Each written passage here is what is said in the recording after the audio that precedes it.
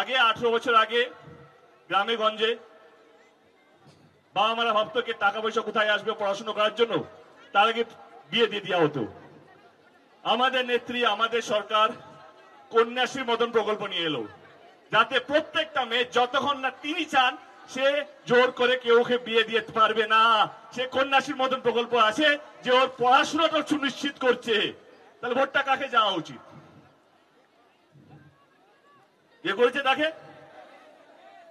তাই এবার বলি, আজকে অনলাইনের যুগ, আজকে পড়াশোনা অনলাইন হচ্ছে, কিন্তু যারা গরিব মানুষ, যাদের হাতে স্মার্টফোন নেই, যাদের হাতে ট্যাব নেই, যাদের বাড়িতে কম্পিউটার তো দূরের কথা, তারা কি পড়াশোনা করবে না? করবে তো।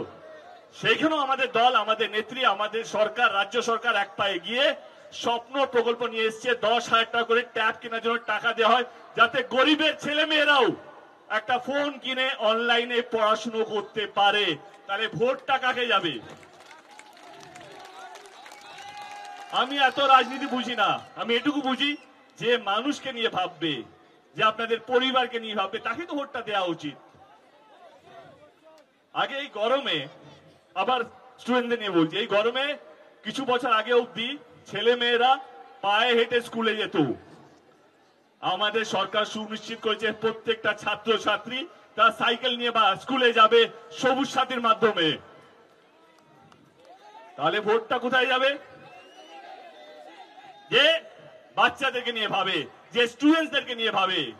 এবারে গরিবের ছেলেমেয়েরাও স্বপ্ন দেখে ডাক্তার হওয়ার, ইঞ্জিনিয়ার হওয়ার, কিন্তু তাদের কাছে অত পয়সা নেই প্রাইভেট ইনস্টিটিউশনে গিয়ে অ্যাডমিশন নেবার।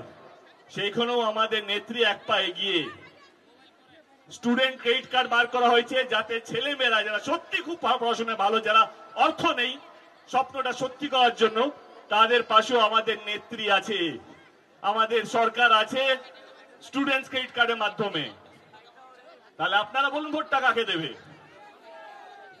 আমি একটা কথা মিথ্যা বলিনি, একটা কথা যেই প্রকল্পটা আসবে বলে বলিনি, যেই প্রকল্পটা চলছে, যেই প্রকল্পটা আজকে থেকে নয় বছরকে পর বছর চলছে, সেই প্রকল্পেরই কথা বলছি। তাহলে ভোটটা কাকে যাওয়া উচিত? সেখানে কোথা থেকে রাম এলো, কোথা থেকে রহিম এলো সেইটা দরকার নেই। আমার ঘরটা ভালো আছে কি নেই, আমার বাবা মা ভালো আছে কি নেই, আমার ছেলেমেয়েরা ভালো আছে কি নেই, সে হিন্দু হোক বা মুসলিম হোক বা যে কোনো কমিউনিটির হোক, এইটাই হওয়া উচিত নির্বাচনের কারণ, কে আমরা ভালো আছি কি নেই। আমার ধর্মটা কি সেটা নয়, আমি ভারতীয়, এটাই সবচেয়ে বেশি ইম্পর্টেন্ট। ভারতের প্রত্যেকটা মানুষের অধিকার আছে, কিন্তু আজকে ধর্ম নিয়ে জ্ঞান শেখানো হচ্ছে। কে হিন্দুরা মাজারে কেন যায়? আপনারা জানেন যে আজমের শরীফে কতজন হিন্দু যায়? শিরডির সাই বাবায় কতগুলো মুসলিম যায়? এইটাই হচ্ছে কথা। ধর্মের বিষ আমাদের সবাইকে মিশিয়ে খাই দেওয়া হচ্ছে, বলা হচ্ছে এইটাই নির্বাচনের মুদ্রা। না, নির্বাচনের মুদ্রা হওয়া উচিত, নির্বাচনের ইস্যু হওয়া উচিত উন্নয়ন, যে মানুষকে ভালো রাখবে, কে কতটা ভালো রাখবে। যদি এইটা নিয়ে নির্বাচন হয়, চোখ বন্ধ করে আমাদের সরকার 100 ধাপ এগিয়ে যে কোনো রাজ্য সরকার আমাদের দেশের মধ্যে।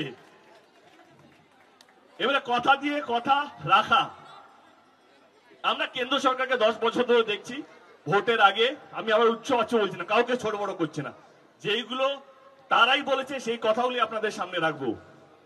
তারা অনেক কথাই দিয়েছেন কেন্দ্র সরকার, কখনো বলেছেন 15 লক্ষ টাকা, কখনো বলেছেন এইটা করবো, কখনো বলেছেন ওইটা করবো। ভোট নিয়েছেন, জিতেওছেন এবং চলে গেছে, কিন্তু জেতার পর একটাও প্রতিশ্রুতি রাখতে পেরেছি কিনা আমার সন্দেহ আছে। কিন্তু আমাদের নেত্রী, আমি বেশি দূরে যাব না, আমি 2021-এই যাব। আমি এখানে অনেকবার প্রচারের জন্য এসেছি, অনেকেই বলেছে আমি এসেছিলাম, ওনারা জিতেছেন, তো আমার ভীষণ ভালো লেগেছে। না, জিততে কার না ভালো লাগে ভাই। এবং দেখি সেটা সেটা সেটা ডেফিনেটলি ওনাদের নিজেদের দমে, আমার এখানকার কর্মীদের জন্য আমরা জিততে পেরেছি, এবং মানুষের বিশ্বাস, মানুষের ভালোবাসা আদায় করতে পেরেছে বলে জিতেছে। চলে আসি 2021-এ নির্বাচনের সময়, যখন করোনার তুঙ্গে লকডাউন সব রিলিফ হয়েছে, নির্বাচনটা শুরু হয়েছে, তখন আমরা বিভিন্ন বিধানসভায় গিয়ে প্রচার করতাম। দিদি আমাদেরকে বলেছিল কে লক্ষ্মীর ভান্ডারের মতন প্রকল্প নিয়ে আসবে, স্বাস্থ্য সাথী কার্ডের মতো একটা প্রকল্প নিয়ে আসবে। আমরা দিদি এটা কি বলে, এইটা হলে প্রত্যেকটা মহিলাকে আমরা 500 টাকা করে দেবো। বলে এটা কি সম্ভব? হ্যাঁ দেব, সম্ভব। কেন সম্ভব নয়?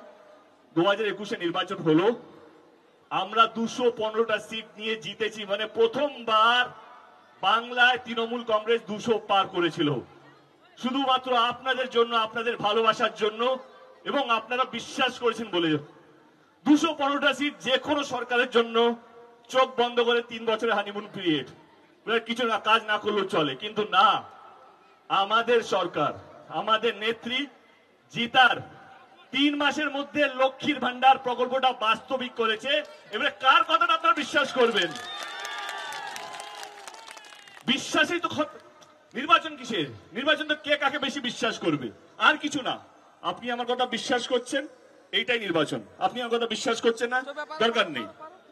এবারে আপনি কাকে বিশ্বাস করছেন, কার কথাকে বেশি বিশ্বাস করছেন, সেইটাই নির্বাচনের কথা হওয়া উচিত।